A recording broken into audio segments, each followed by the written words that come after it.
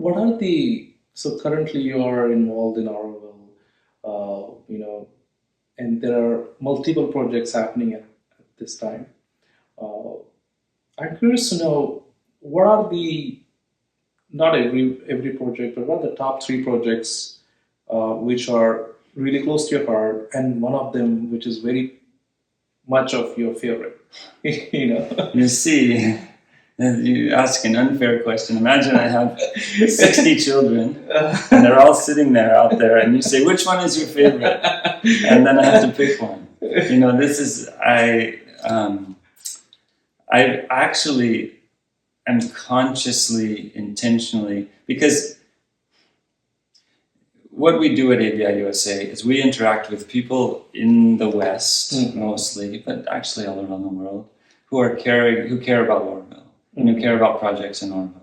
And we try to make connections, make it easy for the people who care about Auroville to support the projects that are there. And help the projects understand what they need to do in order to take care of their donors and build a big, group of supporters. So it's not necessarily that I'm out there connecting with donors all the time. The projects are connecting with their own donors, and I'm helping them. And it would be easy in my position. Well, not easy. It would be possible in my position to have a favorite and to channel extra support over there or over here.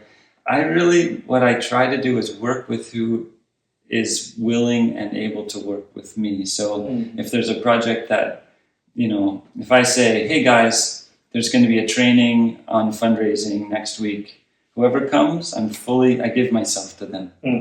If I say, there's, an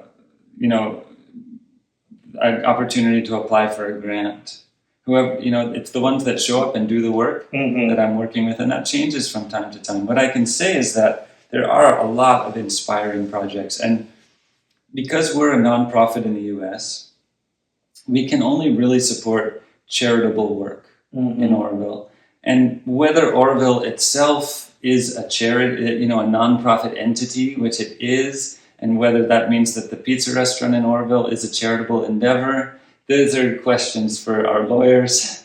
But we've basically been advised to focus on charitable work. So we support EcoFund, which does women's empowerment work throughout India. We support Wasteless, which develops curricula for school children in India, throughout India, to learn about microplastics and how they affect the ocean. Wow. We support the Auroville Dog Shelter, which is taking care of dogs and doing sterilization and vaccination campaigns. We support Aurobindo, which is doing basically preparing young people who come out of a college in India with a BA in some kind of tech field to be employable, because there's just a wash of so many people getting bachelor's degrees and there's not enough jobs for them. So how do you become competitive? Right. So Aurobindo is taking these young people and helping them learn coding and kind of nuanced tech skills, and also giving them kind of personal development support, meditation, and they're doing volunteering and teaching STEM in local schools. So there's a ton of projects and that are doing charitable work, and that's where we focus. So if we focus somewhere, it's like charitable, life affirming, not commercial, not, and again, that's just because of the nature of the organization that, we have a nonprofit that we have to take care of here. So yeah, it's a hard question to answer what's my favorite. I really love, I see, Auroville, it's not an ashram. And it's not just a community. It's not just a city. It's a community that's trying to embody the guidance of the mother, the aspirations that the mother said, here, who wants to come do this? She gave a vision. Who wants to come do this? And people came, and they started building this community. And some people who are living and trying to live according to the ideals of Auroville are also doing, a reforestation project by learning about plant biodiversity in the local. What are the indigenous plants that used to make up the indigenous shrubs and trees that used to make up the Coromandel coast? And how can they reintroduce those populations throughout, not just in Auroville, but throughout the area? So, somebody's doing that. Somebody might be doing that anywhere in the world, and that would be interesting work. But they're living in Auroville, and their commitment to Auroville and their embodiment of the ideals of Auroville, partly just because, this is the thing. When I went to Auroville that time in 2013, the mother very specifically, in my experience, said to me, you don't have to do anything when you're there. You just have to drink the water and breathe the air and touch the earth and eat the food. Because the light, whatever it was that I needed, was embodied in Auroville. And when I go there, I can feel that. When I cross over when I enter Auroville, I can feel that there's something different there. When I look at the forest in Auroville, it's alive in a way that other human-made forests are not alive. It feels more conscious. It feels more like it has more Shakti in it. And so the people who are living in that experiment, that's ultimately what Auroville is. It's like what happens when you take this force, this aspiration, bring people from all around the world, all different cultures, all different languages, all different backgrounds, cram them all together and see if they can live together and get along. Is it possible? We still don't know. It's an experiment. It's an attempt. And it's a mess. Every experiment, when you do an experiment, you don't expect, just it to work perfectly the first time. You do it, it doesn't work. So then you try something else, it doesn't work. Then you try something else, it doesn't work. And you're learning the whole time. Okay, we'll change it a little bit like this. So Auroville, I don't think the mother expected you just pour it into the glass and it's done and you drink it. This is humans. Correct. Yeah, every ideal that is given to humanity has to fail at first. Otherwise, it's not an ideal. And the ideal and the real, the current reality and the ideal have to somehow get together, and that takes time. And it takes messiness, and it takes complication. So do you think, you can correct me if I'm wrong, that the Auroville which was envisioned by Sri Aurobindo and Auroville which exists today, the vision somewhere changed, or since you mentioned that the experiment and we are changing and it's like we might succeed, we might fail, then we try something new. So in that journey where we usually say the game of Chinese whisper, like you say something and the end person hears something else, at the end of the day, the result is totally different. So is something happening at Auroville like that? Luckily, you're talking about Chinese whisper, which, a lot of the things that the mother and Sri Aurobindo said are written down. So they don't get changed. It's not like the words get changed. Interpretation is a different thing. Many people come to Auroville for many different reasons, and they interpret the mother's words or Sri Aurobindo's words differently. Definitely. Just like humans interpret everything differently. The Constitution of the United States, for example. People have all different kinds of interpretations of it. And that interpretation can lead to a split where people are arguing with each other. You're wrong, you're wrong. And that happens in Auroville too, of course. I have my interpretation, you have your interpretation, let's have an argument about who's right. That's what humans do. And the ideal, in my experience, exists beyond humanity. The ideal was given by the mother. She introduced something into the earth's consciousness, into the consciousness of humanity. That ideal sits there, and it's like an activator in a medium. The human community is the medium, and the light, the radiance of the ideal is the activator. And it creates all kinds of things. And all kinds of things aren't the perfect immediate embodiment of the ideal. You think yoga has been passed down from word of mouth, guru shishya, guru shishya, guru shishya, for thousands and thousands of years. Right. And you don't have just perfect people running around. You have all kinds of people who are digesting, experiencing, taking it into their own life, their own mix of karmas, their own circumstances, and living with that. And the world evolves. We all collectively evolve as a result of that. Evolution is happening as a result of that, but it's not like we just jump from, one place. Okay, we're done. Perfect. Perfect. No, I understand that. Another sensitive question I want to ask you, that in India, a lot of tourism is happening these days. A lot of people are traveling from around the world, and they perceive India as a spiritual capital of the world. And a lot of these tour guides or tour packages, they have Auroville or any other popular temples as a part of the itinerary for that tour. Somehow, the culture I was raised in, or I belong to, we never seen temples as a part of tour. It is always, for us, it is always part where we do puja, or we go for prayer, or we go for some kind of, peaceful activity, or we draw some peace out of that place. In other words, it could be a center of transformation for us. Yeah. Because you go sad, and then in temple you pray and you come out peaceful.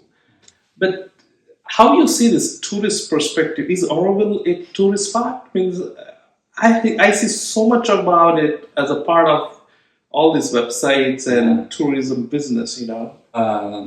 Because Auroville developed the way it did, they planted a bunch of trees, and the trees became a beautiful forest, and it became more temperate, and people started building nice places and pizza restaurants, and attracted a lot of people in yoga and massage and all these things. Auroville became a place that people wanted to go. Now, whether Auroville, and to some degree, Auroville has capitalized on that. There's a guest house industry. There's, yoga and healing arts packages. There's, and there's Macha Mandir. And people want to come and see Macha Mandir. And some people want to come and see the globe, they say. They want to go and see the globe. And the Macha Mandir group has, for always had to deal with this tension between people. You don't want to keep people out who sincerely want to experience the light and the radiance of Macha Mandir. And you don't want it to be overrun with tourists. And so there's a kind of middle ground where there's a viewing area that people can come and see the Macha Mandir from afar. And there's a tour situation where people can come in and get a tour and go inside. And Macha Mandir is available for Aurobillians to go and meditate, concentrate, in the mornings and the evenings without any other tourists or anybody there. So they're trying to navigate that. I think your question has an implication that there's something about spiritual tourism that's inherently not respectful. And I think you're right. Just backing up a little bit more, I am a white Western man who partially makes a living from yoga. So that's complicated. And right. Yeah, I didn't pay attention to that part. Starting there, and I felt that tension since we bought this yoga studio in 2014, and we do certain things. So for me, I'll tell you a story just as a slight digression. But I went to Kanchipuram, to the Ekambareshwara Shiva temple. Oh, beautiful! And it's a beautiful temple, and there's this mango tree in the back. That's supposedly the mango tree under which Parvati sat and built the sand linga. Yeah, and the story is that Parvati sat there with this linga made of sand, and this is in South India. There's Panchabhuta Shiva temple. There's 5 Shiva temples for each element. This is the earth element. And so Parvati sat with it, and you can think of sand, So then, I don't remember who it was, somebody came and sent a hurricane, and then a flood, and then a forest fire. And Parvati sat and protected this linga. It's sand, it wants to fall down, right? So the water comes and it wants to fall down, and the wind comes and it wants to fall down. And everything is coming to try to destroy. There's a stampede, there's everything. And she stays with it. this person. She says, I'm waiting for my beloved. I'm waiting for Shiva under this one mango tree. And that's the feeling of this temple. So when I went there, and there was people, Western people around taking pictures of the temple. And I always see Western people take the architecture. And I don't, they're doing what they're doing. For me, I could feel the energy of the temple. And I went to go inside, and there's a big sign, foreigners not allowed. Oh my God, really? That's good to know. So, how many times has it been in India the case over the hundreds of years of colonialism where it said Indians not allowed? Correct. So for me, fine, I understand, no problem. But what happened is I could see from this, outside the sign, I could see the linga. I could see all the way down the hall and into the center sanctum of the, and I stood there. And as I stood there, I felt the energy of the temple. I felt this, I will stay here. Like it was like I was transfixed, and I stood for a very long time. And that was I didn't have to go inside. I didn't have to violate the norms of the temple. And it wasn't about sightseeing. It was about honoring the depth of what this temple is, how it manifests, what it's offering to the world. I was crying. I was standing there crying because I felt that, like, I will stand here forever. I will stand here forever. I will never eat again. I will never lie down. It's like that. And of course, I left, but the feeling was that. The feeling was that. And that, to me, when I do bring people, my wife and I bring people to India, and we bring them to temples, that's what I try to bring, and when I teach yoga philosophy, and how I reconcile my relationship to yoga as a Westerner is about reverence. So everything, capitalism is so extractive that we're oriented to what can I get out of this? What can I get from yoga? Can it make me more flexible? Can it make me stronger? Can it make me smarter? Can it make me less tired? What can I get from a trip to India? Can I get some pictures? Can I get this? I try to think, what can I give? How can I honor this place? How can I mean, yoga to me is one of the wonders of the world. The wisdom that has been faithfully contained and transmitted from person to person for thousands of years. The Vedas, I mean, the incredible wisdom and the way it was, Agnimi ile purohitam yagyasya, this it preserved the words and the depth of it for thousands and thousands of years. This is an incredible thing. And I don't want to just turn away from it because I wasn't born Indian. And yet I don't want to have an extractive relationship where I think about, like, what can I get out of it? How can I... So even our yoga studio operates under pay from your heart. So we don't have fees. Wow. People can pay whatever they want for anything. So it's like, how can I serve yoga? Like, that's what I'm asking myself all the time. How can I serve yoga? And in my role with AVI USA, it's the same thing. How can I serve the mother?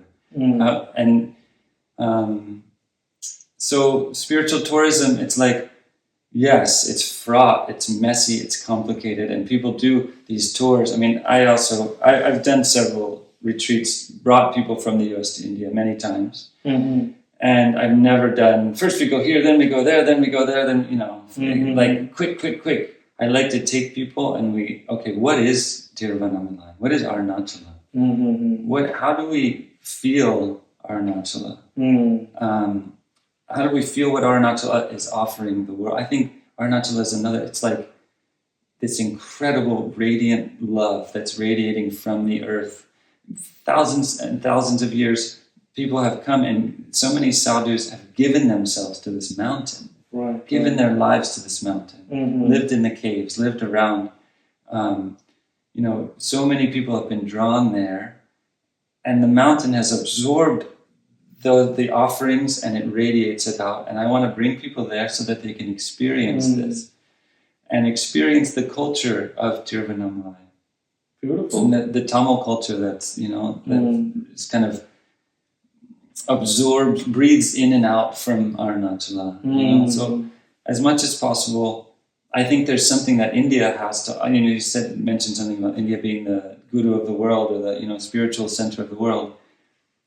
We have to honor that. And so how can I be a part of helping people receive what India has to offer in a way that is centered in reverence? Beautiful. That's like my, constant contemplation. I think this is great. I think that whatever the poster you saw, it doesn't apply to you. You can ignore it next time. The sages of Hindu traditions always say, and I quote, that heritage belongs to those who have respect for it. Yeah. I see a lot of my generation, a lot of people who immigrate to this country or in the Western world, they are kind of half-heartedly or may be unaware about what it is completely, or they are more focused on the other part of the world. So when I see that a lot of people wants to come to the West, but then people like you are actually going to the East and thinking about contributing to that land and honoring that land, it's very heart-touching and it's beautiful. Yeah, I've had the opportunity to give a talk, for example, to a startup, an Indian startup in Indore, a tech startup. All the staff, so it's like 100 people, and young people, mostly 20s and 30s in tech. And I've had similar opportunities in Auroville with young people, and I'm always saying, you guys, stop looking at the West. Like, I know it's all shiny, it's very nice, but what you have here, the heritage that you have, it's a treasure. And don't think that you're going to come to the West and be happy, because most people here are not happy. When it's like a deep depth of happiness, think about the number of people that are on medication to modulate their happiness. Right. It's not the place to look. So I've had the opportunity to speak to the people that you're talking about, and think, come on, this is what you have. Don't overlook. Don't overlook what's right here. That's unfortunate, but it is a reality that exists. And to be honest with you, I just learned sort of statistics. I was just reading something. There is a shortage of mental health professionals in New England, where we are located. So I was surprised, oh my God, why we need more people? Because more people are sick. Yes. So you think every third person here is a mental health professional, and still it's not enough. Because the mental health professionals also need a mental health professional. Right. That's the thing. That's the difference between Western psychology and the psychology of yoga, which is so much deeper. It's about the soul. The psychology of yoga, which is like, leaps and bounds ahead of, kind of Western psychology, is about healing, developing a relationship with the self, the deepest self, that's anchored, that's rooted, and so that everything that happens in life is held within that frame, as opposed to making us be able to just cope with everything that happens in our lives in some kind of psychological way. It's about rooting in something that is the most real thing, the Sat, the most fundamental truth of existence. How can we find that and embody it in a way that is sustained and integrated into our lives? So not just, when you asked before about spiritual experience, I've had spiritual experience, but then how does that become sustained and integrated in my everyday life, so that I don't just go up and down and up and down, so that I feel I am that, I am myself, when I'm doing everything. And I'm not there. I haven't reached that state where I feel completely I am myself when I'm doing everything, but that's my aspiration. That's what I'm reaching for. Beautiful. And that comes from yoga. Beautiful. So my idea of Auroville is, how I understand it, is a self-sustaining global village. Yeah. So as of now, people from how many countries are representing or residing there, and what the basic criteria or the qualification to become a part of that community? If somebody has, a global perspective or believe in Aurobindo's teachings or Mother's teachings, what would be that? So, the first question about how many nationalities, I think it's somewhere in the 60s. 60. Different nationalities. I think about half, 40% are Indian. Mm-hmm. And I think 40% are from the Netherlands, Italy, France, Germany, US. So I think if you take, there's like those few countries makes up about 40% India, and then 20% is like a lot of people from all different places. So that's that. As far as how to become an Aurovillian, there's an entry group that has historically, managed the process. So people come and first they volunteer, and then they can join as a newcomer. Mm-hmm. And the newcomer period is a year, and so they have to stay in Auroville for a full year and kind of make sure it's a good fit. Basically, like making Mm-hmm. sure that it's a good fit in both directions. Mm-hmm. They get a mentor, and that mentor is a long-time Aurovillian who kind of helps them navigate. Mm-hmm. And then they, at the end of the newcomer period, there's a board of people who decides, is it time for this person to become an Aurovillian? Mm-hmm. Now this process, like everything in Auroville, the mother didn't say how to do everything. Mm-hmm. She didn't say, she decided when she was alive, she said, send me a picture, and she would say, okay, yes, this person should go to Auroville, or no, this person should stay in the ashram. Oh, just by looking at picture. Wow. When she left the body, things became more complicated because then people had to decide.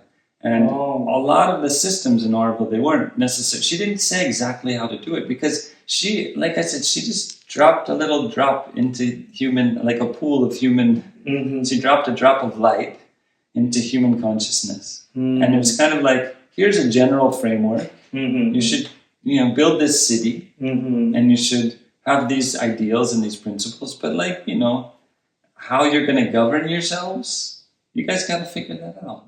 Mm-hmm. And how you're going to decide who gets in and who doesn't. You're gonna have to. She may have said things at different times, but sometimes the things that she said evolved. So she would say one thing in 1955, and she'd say one thing in 1965, and so Aurovillians are always trying to navigate, okay, what did the mother want us to do? Mm-hmm. With okay, what can we actually do? So the entry group has gotten a lot of criticism because, anybody who's in that position as the gatekeeper is going to be criticized. Right. And right now the situation is that there's a lot of court cases that are kind of trying to determine governance in Auroville, and one of them has to do with the entry board and whether the entry board, this question of how people can actually join. So mm-hmm. At the current moment, it's a bit complicated. There's been a big push in the past few years to build. So the mother had envisioned Auroville as a city of 50,000 people. Okay. There's about, at the most, 3,000 that live there now. And so there's been a big push recently to build the city. Mm-hmm. And you need infrastructure in order to have 50,000 people. Mm-hmm. And so there's tension within the community about how that should be done and what the infrastructure should actually look like and how it should conform to the current situation. And the mother wasn't aware of, global warming wasn't as big of a thing at that time. So right. How do you build a city? So all these are kind of, again, the process of Aurovillians working this out. The world is working this out. The world is figuring out how do we live together with the climate reality? How do we live together with the reality of national borders and national interests? Mm-hmm. How do we live together with,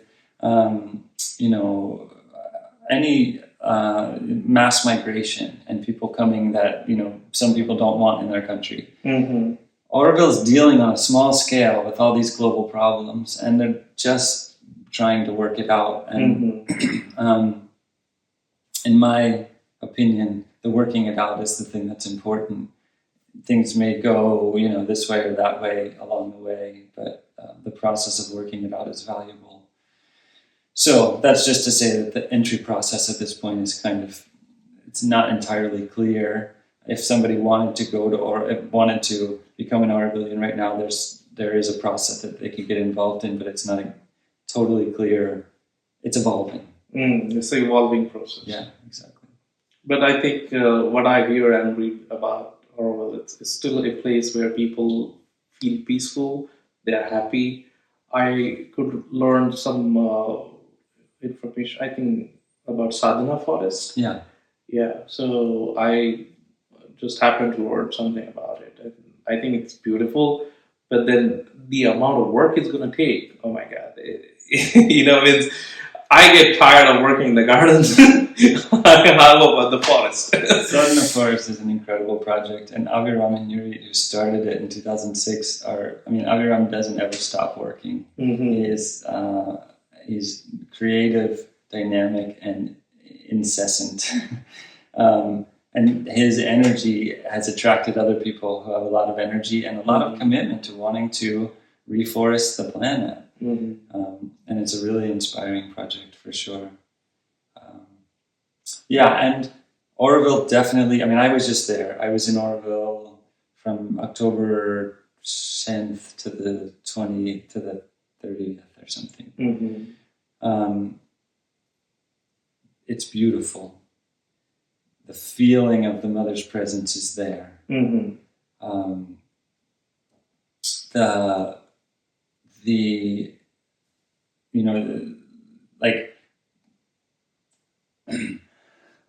People are, just like in all the rest of the world, disagreeing with each other about fundamental things. Right. And so there's these conflicts are up right now about, how the city should be built and all that stuff. But yes, people are still, when I talk to anybody, anybody that's been there for a long time, anybody that's really committed to Auroville, anybody that Auroville is really a part of their life and their identity, the love, respect, and commitment to whatever their vision of what the mother, whatever their interpretation of what the mother put out there, they're giving themselves to it. Mm-hmm. That is there for people who disagree about this or that. No, we should put a road here. No, we shouldn't put a road here. No, the city needs to be built really quickly. No, the city needs to be built very slowly. Whatever their positions are, they care deeply about Auroville and about bringing onto the earth this vision that the mother offered. And just one more thing about that, I mentioned before about the tension between the real and the ideal. The energy of the ideal, which I could call spiritual light, I could call grace, I could call Shaktipat. When something comes from the divine reality, the sphere of perfection, and drops itself into the human sphere, the people who are there to receive it, it's not like a touchdown catch. It's not like they're receiving a birthday present. It's not like a piece of cake.